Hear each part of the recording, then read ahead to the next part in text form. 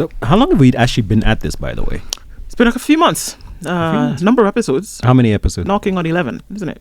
Thereabouts, yeah, actually. But I mean, as I say, time flies when you're having fun. Indeed, it does. But it has been good, and it'd be nice to get some. We were looking at some of the feedback that we actually got on our show. Some of it obviously has been a bit positive, but we tend to look at the more positive stuff. It's very encouraging, isn't it? For sure. But we have some of them here, actually. So do you have anything you have on your just end? good to look at some of the stuff that, has come out. Sitting with President Jay Kufur with you, Waweru. Yeah. Brilliant interview, is what folks are saying. Loved how you brought out President Kufur's story. Humble, powerful, and full of wisdom. Great work, Waweru, and the Panel 54 team. Can't wait for part 2. Okay. Another one coming out of that was well tailored. It's inspiring to see such thoughtful dialogue at the highest level of leadership. Impressive. The one thing that was missing at that interview. Ndu. Oh. Now we have some, we have some comments about the CJ Willie Mutunga episode. We export raw materials and import refined disappointment. That line hit like a thunderbolt. Dr. Mutunga perfectly captured the tragic irony of our governance and economic systems. So they said the episode was a masterclass on how fear and legal systems are being used to silent dissent across East Africa. Huge respect to Panel 54 for holding space for such deep and necessary conversations. We can't afford to stay silent. Cool. And the last comment on that Willie Mutunga interview was, I'm happy to have found this podcast. Yeah. We're happy that you found it as well. So happy. Young man we had in here, I think episode 5, Tom Mukhwana. They got a lot of views. Comments can actually kind of tell you why he got so many views. This is what responsible commentary looks like. Subscribed! ! Of course, now referring to me when Indu said tribal less doesn't mean united. I felt that. Another comment says Africa needs more platforms like this. Thank you for amplifying voices. The mainstream ignores. This episode aged like fine wine. Timeless insights. Fair enough. Panel 54 always brings the heat. Respect. That part about civic education hit hard. And he says another one is that this convo needs to be taught in schools.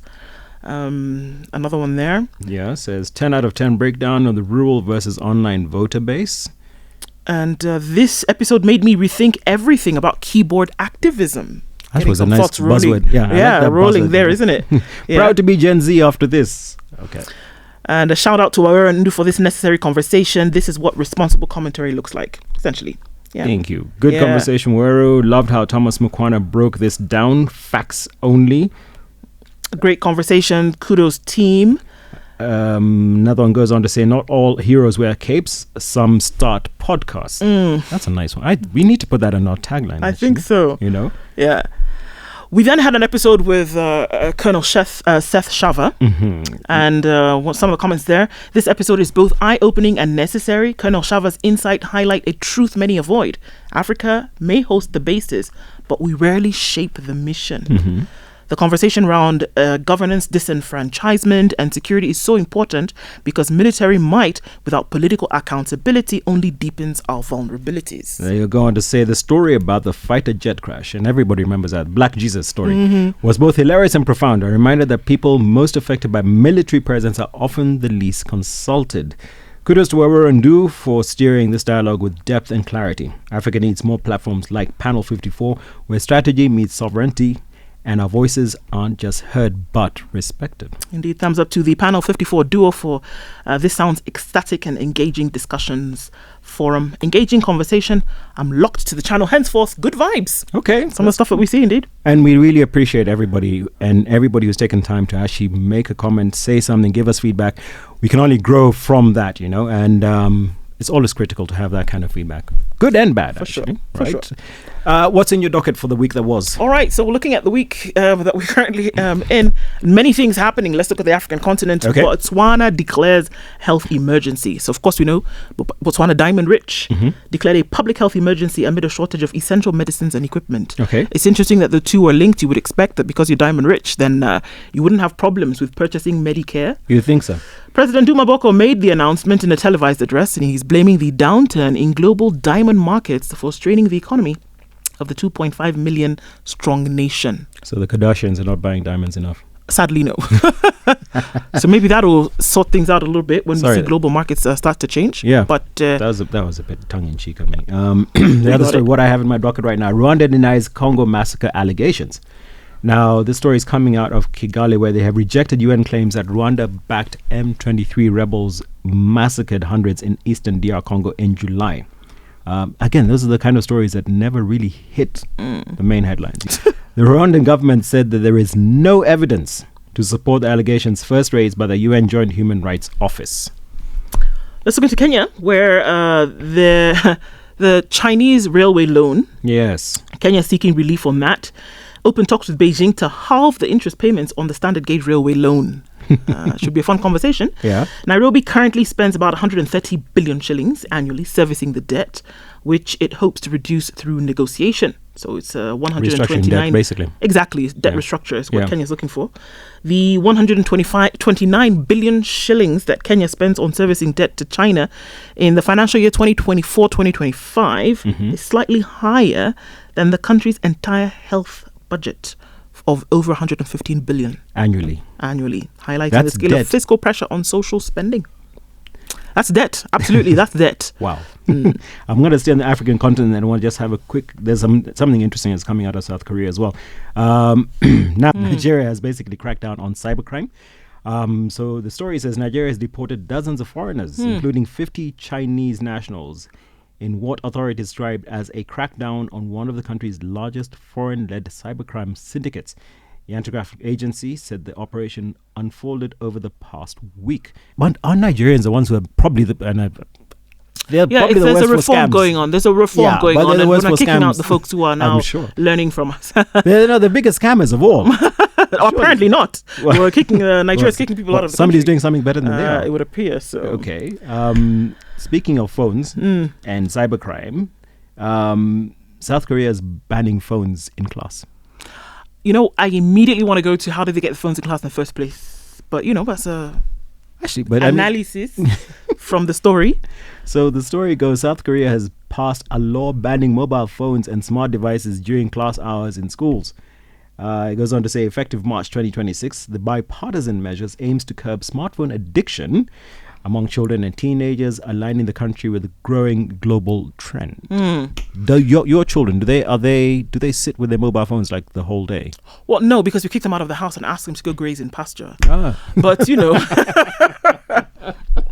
otherwise it would have been crazy if they did. But if that's the trend, isn't it? That you want to be able to do that on an iPad, on the tablet or on the phone. But no, you got to get them out the door. Okay. Speaking of media and matters reading, would you say you're voracious, avid, or hobby reader? I would definitely say voracious. Really? But yeah, I'm talking about in terms of book reading. Yes, because I mean, a couple of books I'm reading at the moment, and also then this whole digital book thing, but then also audiobooks and all that stuff. But I'm always reading. I guess I kind of have to.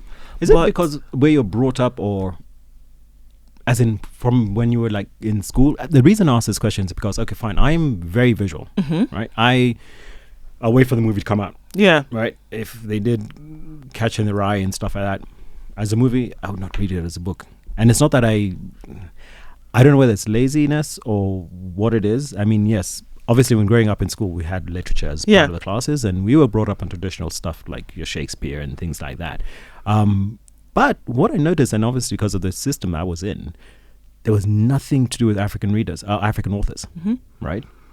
I was surrounded by libraries, growing up, but the insistence, especially for my father, insisted that, we read, and there are Africans who are writing books. So of course we grew up in the Chinua. We grew up and we read books that had been written before by Chinua Achebe and Wole Soyinka. And interestingly, I read books by Kot Pipitek before I even moved anywhere. Okay. Across the continent, and then of course later on reading The Long Walk to Freedom after it came out, and interestingly enough, books, the famous one by Winnie Mandela, of her stories that kind of was overshadowed by Nelson Mandela. Of course, but I think it has always been that you're looking for treasure, you find it in a book. And I would always compare the book to the movie, by the way, and I would say, the book is much better. Okay, I mean, I think for me, I guess I look, Audacity of Hope. I know he's not technically an African author, but he was born in Kenya. Kenya, so that gives it to him. Yeah, I'll take that. Trevor Noah actually wrote a book as well. Yes, he did. Again, he's South African, but he's still African. Born a Crime came out in 2016. But the propensity for a lot of authors who are recognized on this continent tends to come from the West, especially West Africa. A couple from South Africa and Egypt, I think. But yeah, I mean, there's a propensity for a lot of West African writers to be published. Is it that their stories are better or they're more passionate? This is interesting. You know why? And because colonialism did not kill culture in West Africa the way that it was assimilated in East and Southern Africa. Okay. And I say that because the kind of colonialism that took place in East Africa was almost complete assimilation.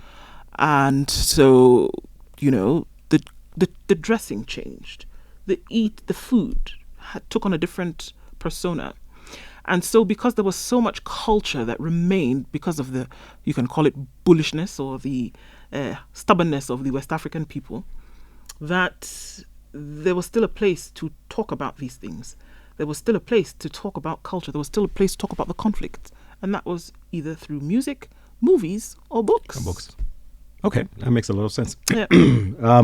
Final question. Yeah. Yes, so, sir. Would you ever write a book? I would. And what would it be about? I started actually, and it's somewhere. Oh. It's somewhere in the annals of my laptop.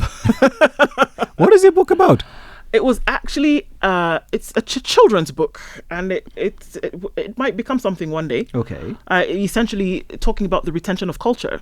Oh, that's appropriate. It came from the place where I saw that a lot of our children, a lot of African children today, don't speak our language. Mine definitely don't have our names, and so it was again telling the story for African children from a culture perspective. So let's see. Okay, I think. But try to make it as childful, is that a word? As possible. Child friendly or? No, sure, that's what I was going for. Yeah, keep it simple, stupid. Exactly. The KISS principle. There. If I don't think I would ever. I do write now, but I write short stuff. Yeah. It's either politically charged or socially charged. I don't think I'd have the patience or. Not so much the patience, the depth to actually do an entire book. Yeah. If I was to put all these stories into one. Then I could say it could be something. A book, but yeah, this the brain farts of Wawero. Not something that's going to be number one bestseller kind of thing. But anyway, we'll see where that conversation goes later. Right. From Cairo to Cape Town, Lagos to Lamu, 54 nations, one continent, countless perspectives. Hi, my name is Wawero Njoroge. I'm Nduoko. Welcome to Panel 54, a global perspective through an African lens. This is the podcast where we unpack power, people, policy, and the paradoxes that define our time, with nuance, with history, and a deliberate commitment to context. This isn't punditry, it's perspective. It's not a briefing, it's a reframing, and it starts right here.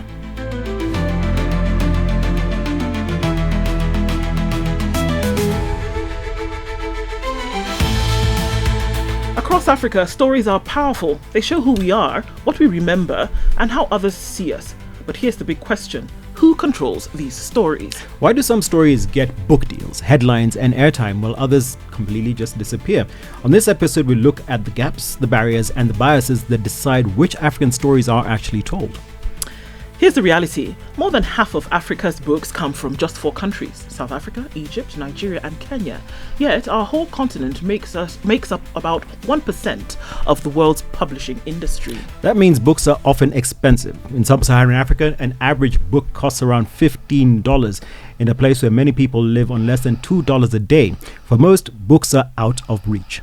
New ways are opening up. Platforms like Nena in Senegal, Ako Books in Ghana, and Okada Books in Nigeria are helping writers share their work directly with readers without waiting for big foreign publishers. Writers like Goge Wadiongo remind us why this actually matters. In decolonizing the mind, he said language is a memory of people.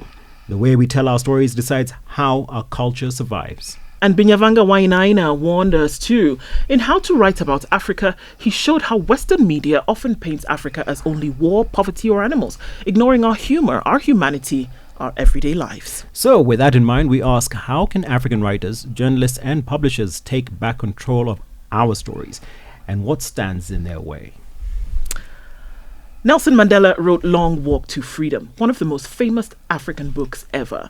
He told his own story in his own words.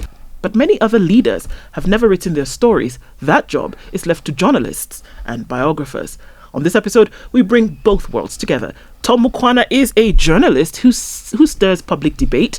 Babior Newton has written the official biographies of William Ruto and Raila Odinga. Between the two of them, we ask who gets to write Africa's story and who gets remembered. Welcome, gentlemen. Asante. Welcome. Thank you so much. Nice to have you on today's episode.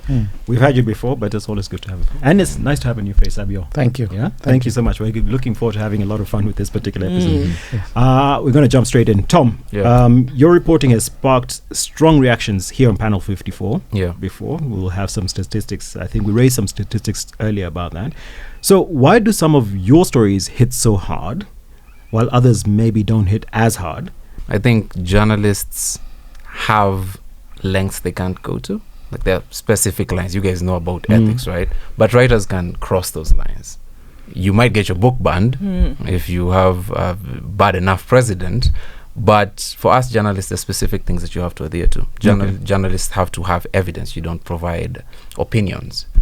But at the core of journalism lies truth and fact, which isn't the same for writers most of the time. There's a lot of opinion writing. You can't give your opinion in writing a book, someone's biography, because some biographies have been debunked, but you can't do the same for journalism. Why my stories particularly have started conversations and start debate, as you guys termed it, is I think because they're representative of something that someone is thinking. If you think the state is surveilling you, probably is, because you're seeing people getting snatched from the streets because somebody's been watching them over a period of time and they wind up dead. If it's somebody who died, the marks on their bodies show how they died. It's probably torture. They were shot in the head, they were executed. So it's truth, but since we are journalists, we have a platform that can reach thousands of people, and that's why it bangs, I think. Books are different. Books speak to audiences, can be truth, can be untruths, but someone will read it and they'll judge it for themselves, but they have a lot of free range. Yeah. All right. And even as we look at that, Babior, your writing about both a president and an opposition leader gave you access to a lot of people, right? Yes. What a lot of people really can't dream of. You had access to power right there. But doesn't that access also trap you into then having to write in a particular way? Tom might say you're close to power, but you can't tell the whole truth. You know, it's actually a serious fallacy to hear to hear him say whatever he has said, because writing biographies does not mean that you are just a biography is not a one side story. For a story to be complete, it must have weaknesses and strength, just like life of any other human being. Actually, a story which only has one side, that is now not even a good biography. Because even if you read at what I wrote, contrary to what he's explaining, biography on Raila Odinga, I said clearly in that book, if you read it, The Raila Conspiracy, he is someone who is having fragility in providence. He's the most unlucky politician. And he read it and he told me, why can't you change this? I want this one removed. And I told him, sorry, sir. Yes. You stood your ground. This is my perspective of how I'm seeing you. This is way back in 2017.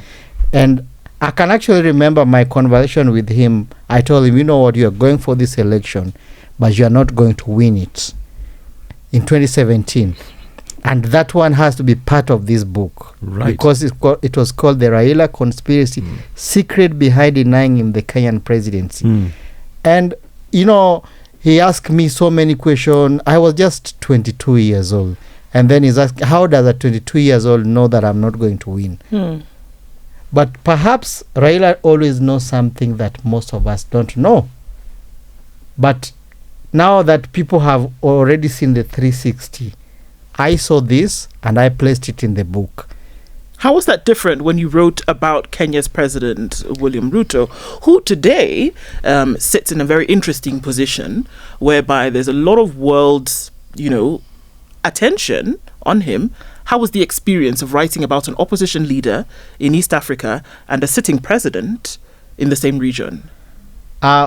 It was a very tasking job because, one, I was a very, I was not the most senior-most person to actually write that kind of the book.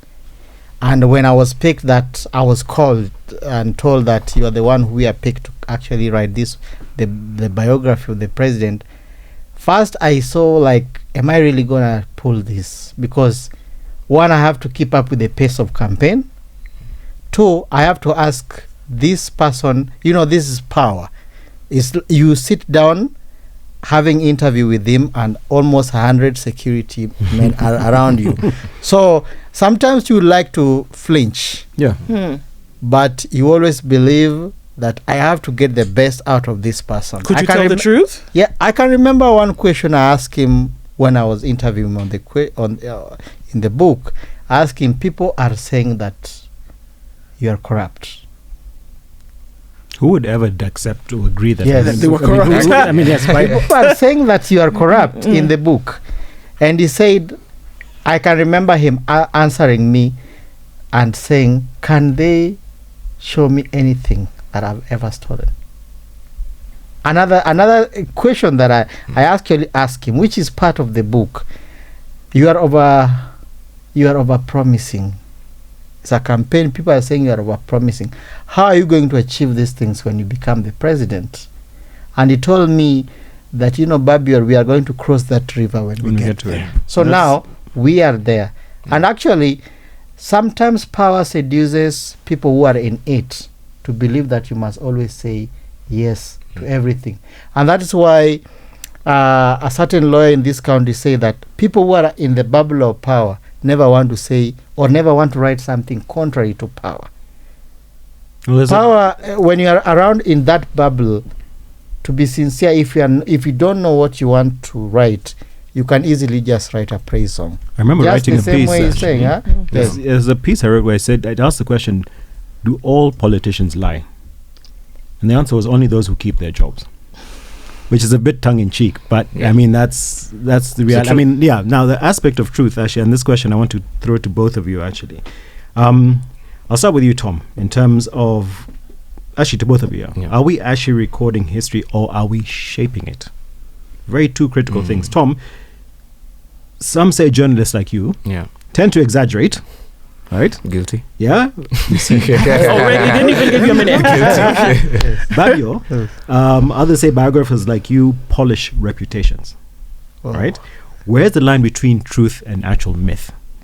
The line lies in evidence. The line lies in evidence. And evidence, there are not two sides to evidence.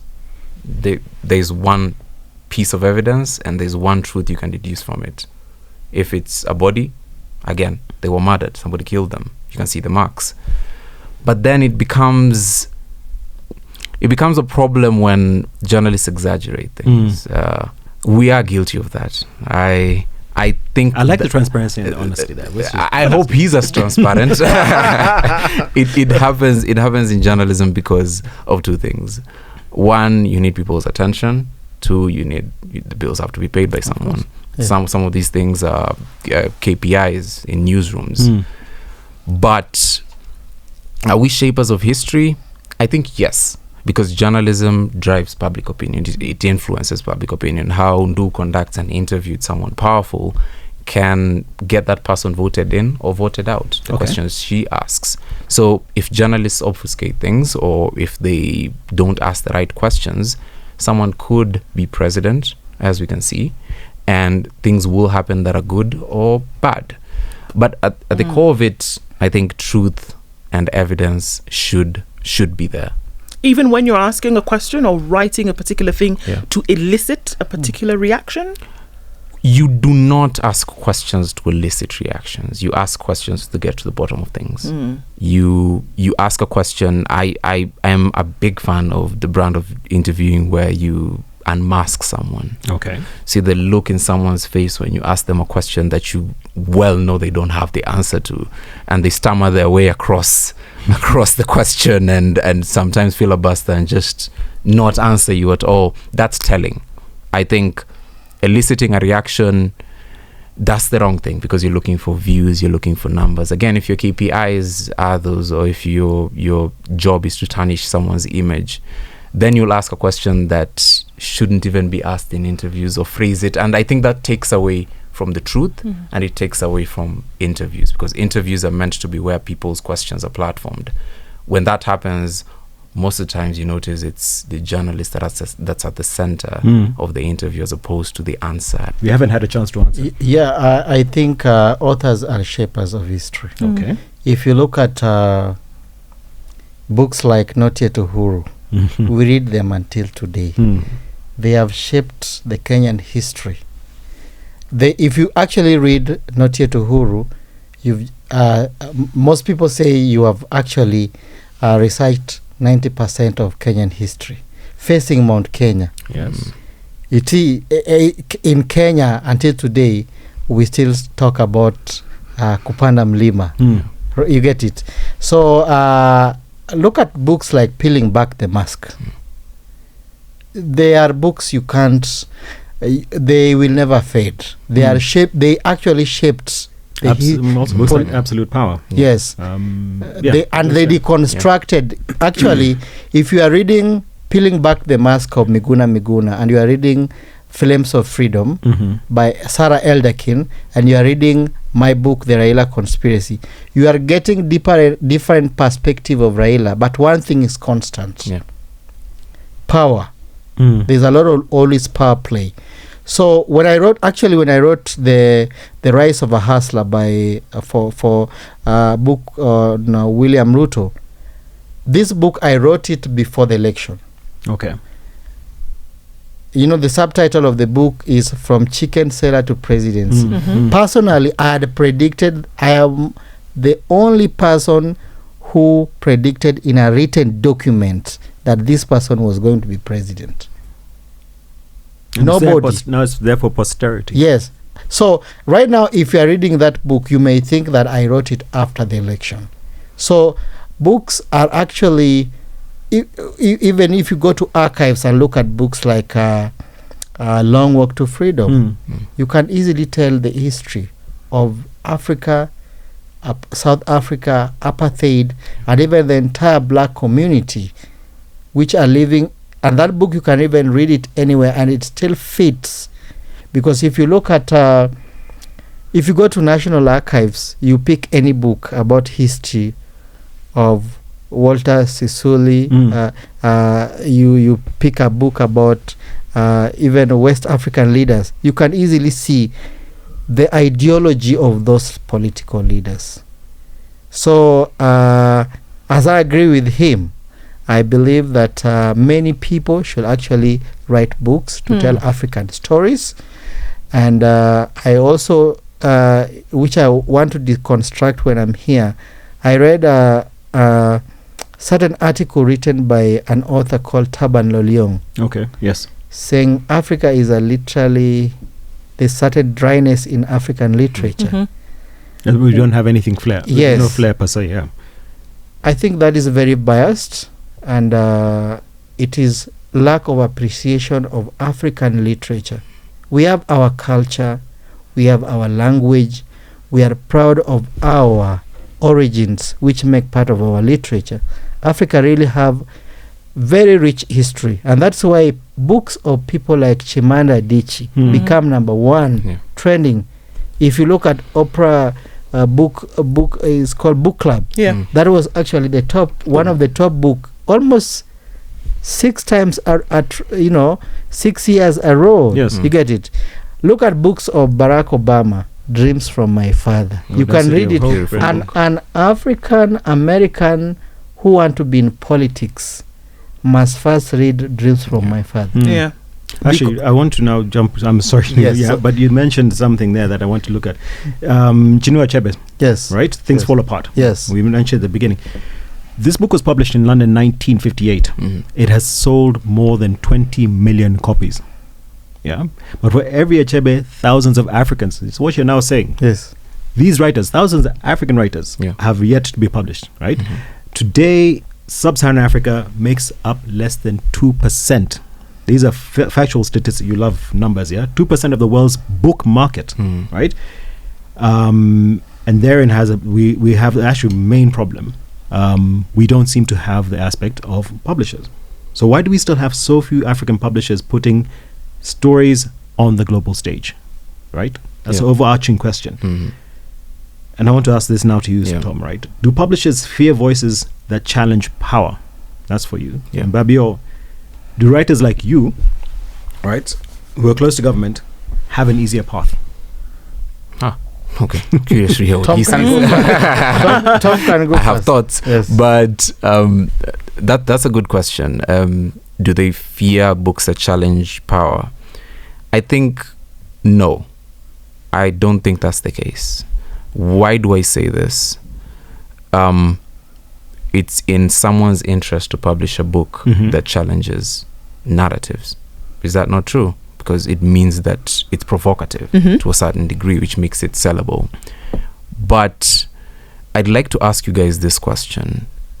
I'm looking at the African continent, okay? How many books pick a regular Kenyan in the streets and ask them how many books they've read. I don't think that will reach even 5 books they'll tell you that they've read. Which and maybe some of them they were forced to read. Exactly, in school. Between earlier what I said at the beginning is that a book in Africa will cost you $15. Yeah. And we live on less than $2 a day. So where is how do I then say to you, you need to read, but I say I can't afford it? Yeah. It's a lousy excuse, that's I agree. True. But that's the reality on the ground. So then it points to something else. It points to people not having enough money to afford books. So how I'm seeing this is you don't have enough money to afford a $15 book.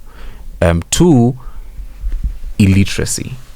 I think from where I sit, that might pour into the numbers that you see. Okay. Across Africa, the markets that you've mentioned, Kenya, Nigeria, South Africa, you mentioned Egypt. You can see the patterns across those countries. Literacy levels that are higher than all the others. I want to ask you guys this question. Do you think it then is a reflection of what we see in book sales across the continent? 1, the economic side of things. 2, literacy levels. And 3, the appetite for books. Is it there? I think I have a very different opinion. Okay. Since I'm one of the best-selling author. Of course. yes.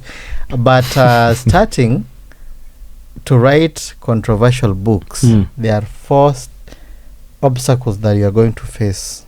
When I wrote, actually was inspired by Peeling Back the Mask. Okay. To write. Actually, Miguna really, he inspires me a lot to write the Raila Conspiracy. When I took this book to the bookstore to be sold, they called me almost 3 times, and so many times denied to give me access for my book to be sold in their bookstores. I won't mention the name of the bookstore. Okay. When I went to the publishing houses to have my book published, they told me my book was very controversial. So, you see, the reason why we are not having so many books which are being published in Africa is because there are 2 status quos who they determine whether you are going to sell or not. They're like radio. They want to, before if you sing controversial songs which are attacking the state, the radio won't play your songs. So the booksellers and the publishers, they have agreed that if the book is very controversial, we are not going to sell it, or we are not going to bring it, because most of these booksellers and publishers, they get big tenders from the government. Doesn't that point to the issue here that we're talking about? Yes. Whether it is an issue of economics where people will not buy a book because it costs $15, we're also looking within the same ecosystem of things that hold us back as Africa. We're talking about almost repression from what you're saying, that I cannot put my thoughts in a book and expect it to be read by folks if I am voicing an opinion outside of what is the accepted status quo. Do you even know how they are arriving to that $15? The distributor for the book is putting 30% of his profits in one book, making the book become expensive. The government is putting 16% VAT. Like in Kenya, the government is actually putting 16% VAT on books. If you add 30 plus 16%, you are going towards 50%. The author is putting another 30%. If you do a calculation of the publishing cost of that book, that is how we end up with a very expensive book. It is just the conspiracy between booksellers and book publishers. They have agreed that if a book is good, it must be expensive. And it being expensive, it gets very few readership. And then another thing which I also want to point out, African education system, like what we were having here in Kenya before, called 844, the most useless education in the world. If you do say so yourself. I have never seen an education system which only makes book relevant for examination. Our orientation is not that we are reading to get knowledge. Our orientation is that we are reading to go and pass exams. So if we are oriented from the word go, that knowledge is for your own good, reading is for your own good. So if you are having a population who they were oriented that if they are going to do exams is when they can read, they meet a book which is $15, and they have to now juggle between do we buy pizza or a book. They will buy pizza. I shudder to imagine that the writers that you mentioned, Chimamanda Adichie, you think about Wole Soyinka, you think about Ngugi wa Thiong'o, they did not ask permission to write the things that they wrote in their books. Chinua Achebe did not ask permission or did not ask to be in line with the status quo for the words that he put in his books. He didn't ask for permission, and we quote them till today. We use them till today. So if we are now looking at modern day writers, modern day journalists who need permission before they put their pens down, doesn't this speak to where we are in terms of a world order? You see now what they do? They, like the literary agents, they come and tell you that we have $1,000, we have this kind of book with this theme. So it's up to you to decide whether you want to go and write that book or not. But this one, we see this kind of dynamics, we see it internationally. I think no one should force you to write about or say things that or produce content that you don't believe in, right? So, but I'd like to go back to something that you said. I think your erasure of the existence of the LGBTQ community in Africa, people who are African as you are, is unfair. At the core of it is a feeling of like othering, the othering of a community. These are genuine people who have genuine emotions which are expressed in a different way from yours, and there is nothing Western with that. That's one. Two, I believe that the what you're doing is you're erasing nuances in things. The reason people aren't marrying 3 wives is because Christianity doesn't allow that. Or because they can't afford it. More than because they can't afford it. I mean, here we have kids as well. It's economical. It's economical. It's a very economical decision. In Islam says you are allowed to take 4 wives, provided you can take care of them. Each one of them equally, right? So there's nothing to suggest that it's an economic factor right there. There's a lot of nuance. There's a lot of nuance to all of those things that you've mentioned. A majority of them, you are raising nuance and just looking at it from a narrow point of view that this is Western. This is what our grandfathers used to do.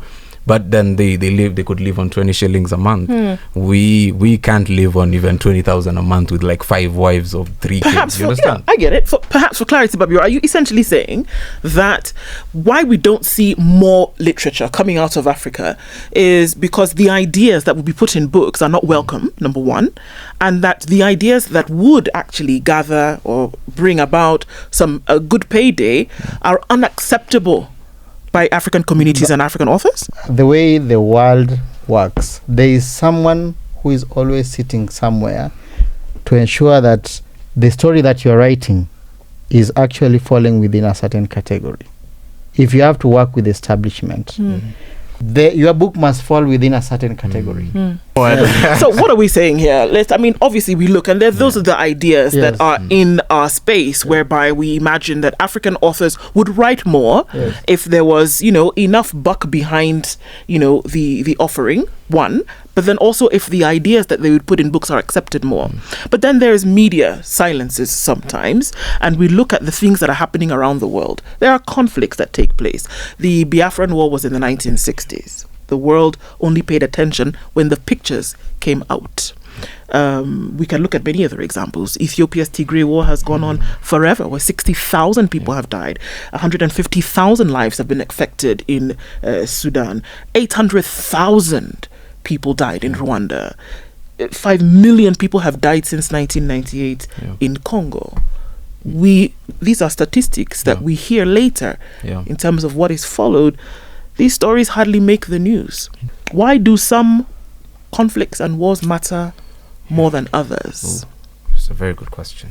Very passionate about this. So I'd like to use that illustration, an example that's unfolding before us right now. But we have a humanitarian crisis up north in Sudan that is barely getting coverage. And the population that has been displaced is similar to Ukraine and Gaza's population combined. That blows your mind every time you hear those statistics. A good example is the front page of The Atlantic, the issue that comes out in September. The title reads, "The War About Nothing." Right. And it's specifically about Sudan. What the author of the article did to illustrate that it's a war about nothing, she painted this picture of barbarism. Africans are just these barbarians who are fighting over nothing and killing their own people and starving their kids. Exactly what Wainaina wrote about. Right. You make it seem as if these people are animals and there's nothing they're fighting about. Then The Continent, a publication, went out, and The Continent are very small, relatively small compared to The Atlantic, but very African, with African editors and African reporters. They put out a call to Sudanese journalists and said, if you're Sudanese, write to us about what this war is about. And the reaction was overwhelming. 5 articles came out and they mentioned exactly what the war is about. There's a lot of foreign interest. UAE is very much involved in that, when the UAE is reaping massive gold from Sudan. Egypt, 100% of the gold that was exported out of Sudan in 2024 after the war began went through Egypt. No word about that.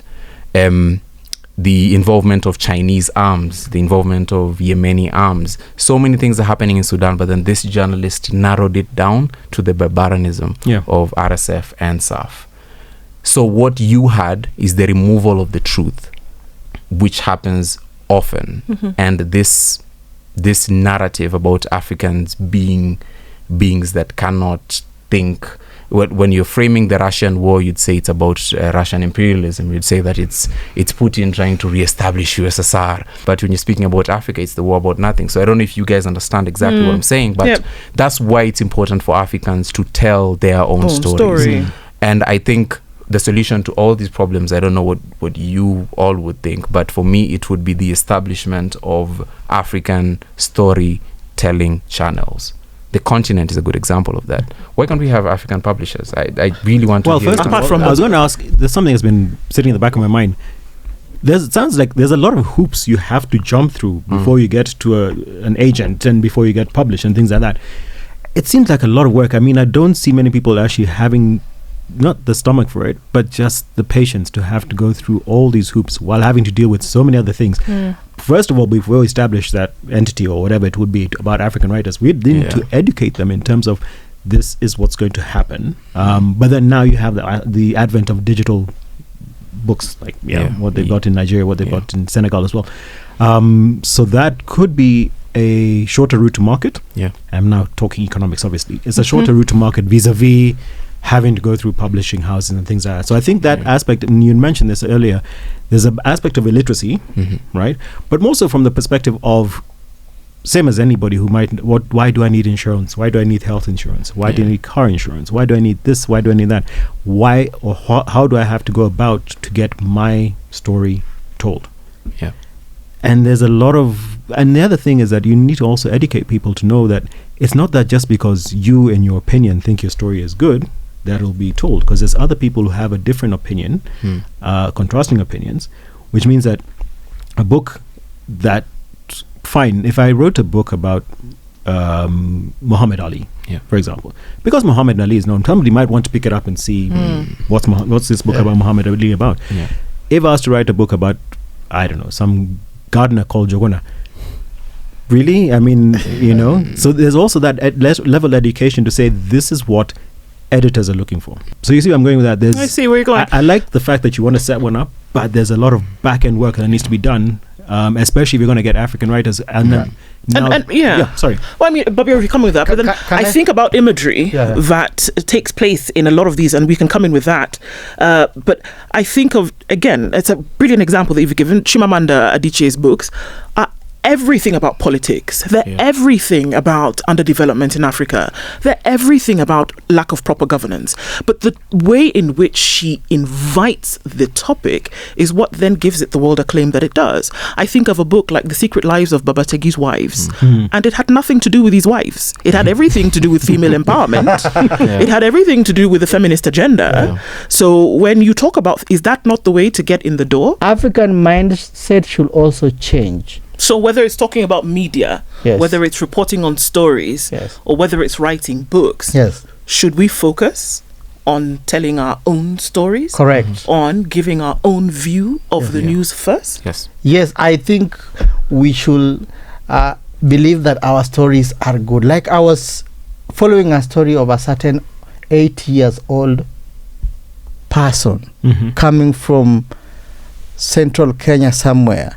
When free education was introduced, as old as this person was, he went back to school.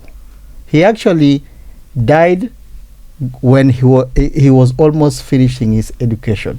This is a good African story that we need to write. I was also watching a certain story of a certain guy who went to school with his mom. This is an African story. This can actually make a nice sitcom, so that it shows that actually education is very important. That is actually capsizing things, making us believe that what is important in the world is having more money, not more education. So you see, we are getting to a point where our generation is very much confused because we are consuming everything from all over the world. We are losing our culture as Africans. Why should we lose our culture to other people who are not willing to lose their culture to us? Bring in Tom, and then I want to wrap this up. But you want to add to that? Actually, there's something. There was a bit of a sting. There was a bit of a jab at journalists, which I I'd take it back to him and ask him a question, but I want to be kind. You can go ahead and ask, brother. I would, but I think we want to wrap up. No, we'll never have enough time for this. There's one final segment I want to actually get into, but I wanted to, that sting. Okay. I want to see what. So I have two things to say. Shoot. That I disagree with fundamentally. Okay. One, the rise of African perspectives in the global media. Best example, Larry Madowo's reporting of Africa. What he says, which I very much agree with, is that he's not there to tell good stories about Africa. He's there to tell accurate stories about Africa. Where you say that education and money has been made important in society and that's a Western thing, I don't think that's true as such. I think it's a reflection of what we have over here It's a reflection of what the world has become in general. Maybe it's a Western thing, maybe it isn't, but it's always been a thing that the richest man has the most. And that's the man, even if you go home and you sit in your household, the man who has the most land, the man who has the most wives, most anything gets the most. Yeah, that's the guy who has more important opinions in conversation. Mensa only had one wife, brother. Yes. A few minutes ago, you were very much about polygamy, but in most places where you have most, it happens that you're most valuable to a conversation. I think in most media right now, whereas it used to happen in the past, and I fully agree that in the 90s, in the 20th century, African narratives were skewed against us and othered us a lot. I don't think that's the same thing that's happening right now. Kenya's reporting during, I think what Western media you would say is bad coverage, only bad things about Africa, it's the truth. People are being murdered in Africa and people are protesting because taxation is too high. Corruption happens, it's the truth. Flooding happens because there's no disaster preparedness, it's the truth. When somebody goes and holds a mic in a flooded area, it's the truth. If there's a war that's happening somewhere, it's the truth. There is a war happening somewhere. I think the thing that I would say is wrong is that people will speak about DRC. They'll speak about the violence that's happening in DRC, but they won't speak about who has the mining concessions. They won't speak about the Chinese having mining concessions in DRC. They won't speak about the social responsibility that they have that they're not accomplishing. They won't speak about Tesla and its usage of cobalt from DRC. Whose responsibility is that? It's the responsibility of the media in general. Okay. It's the responsibility of the media in general. What I am advocating for so much is the establishment of more storytelling platforms. The social protectionist aspect of all of this comes into play. So I was watching Akon when he said in one of the interviews that there are more deaths in the US in a day on gunshots than in Africa, but you don't see it. So this is the thing. Can we also not be in a position as Africans where we control the narrative? Why can't we also be players in this same game, Babior? Because most of the people, like if you look at Kenya Media Council, they just did an election. Those are just puppets. Yeah. The people they have elected there. Those are puppets. They are just puppets who have been placed there to represent media houses or represent other people. If we now want to say we want to have a clear representation, that if a CNN comes here to record a story here, they must show us clips before they leave our airport. You will hear a country has been sanctioned. Well, that's not right, is it? No, it's not. It's not right. Again, who's telling African stories? Yes, who's controlling narrative? Yes.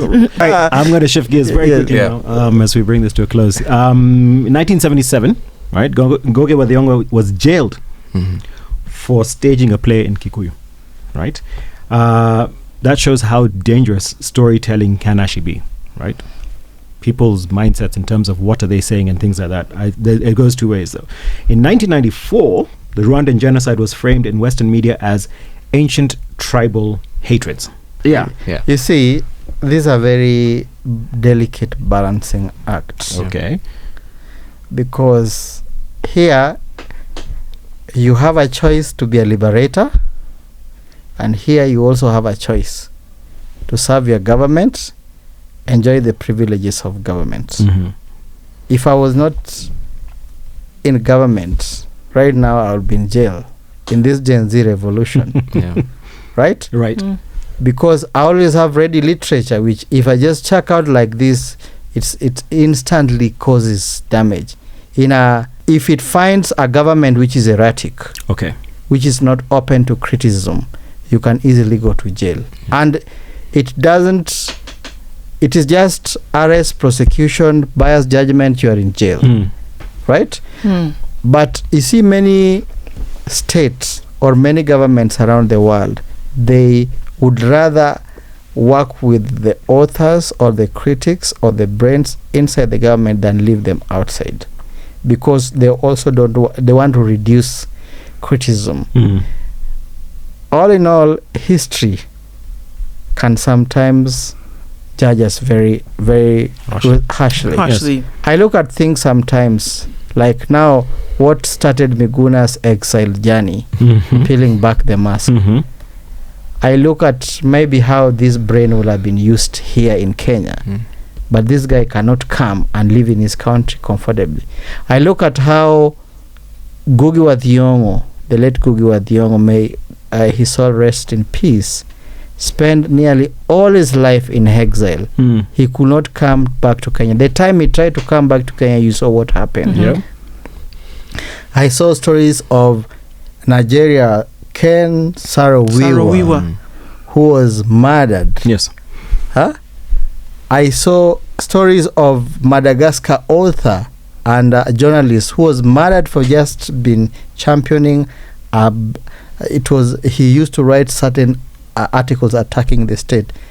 There is serious danger in writing truth in the world, and as one philosopher will say, telling truth at the time when the society is quiet is considered a revolutionary act. Yes. Okay. Tom? I fully agree with everything he said. I think this is a middle ground that we can all settle on. Yes. My fear is that the stories that we tell will be aligned a certain way. So we circle back to the questions we began with. Who gets to tell Africa's stories? Yeah. Who owns the narrative? Who owns the narrative? Whether it's the silence of an unpublished writer, the imbalance of conflict coverage, or the framing of leaders' biographies, the stories that survive shape power. To reclaim our narrative is to reclaim agency over our money, our dignity, and our future. Thank you for being part of this conversation. It's been a very heat. I mean, the room is hot. Indeed. The room is very hot. Thank you so much. Thank you. Well, that's it for this episode of Panel 54. If it made you pause, reflect, or even reframe, don't forget to share it and do tag us in. You can find us on all our favorite social media platforms at Panel 54 Pod or your favorite streaming platform. Until next time, do remember to keep the lens clear. That's it for Panel 54, a global perspective through an African lens.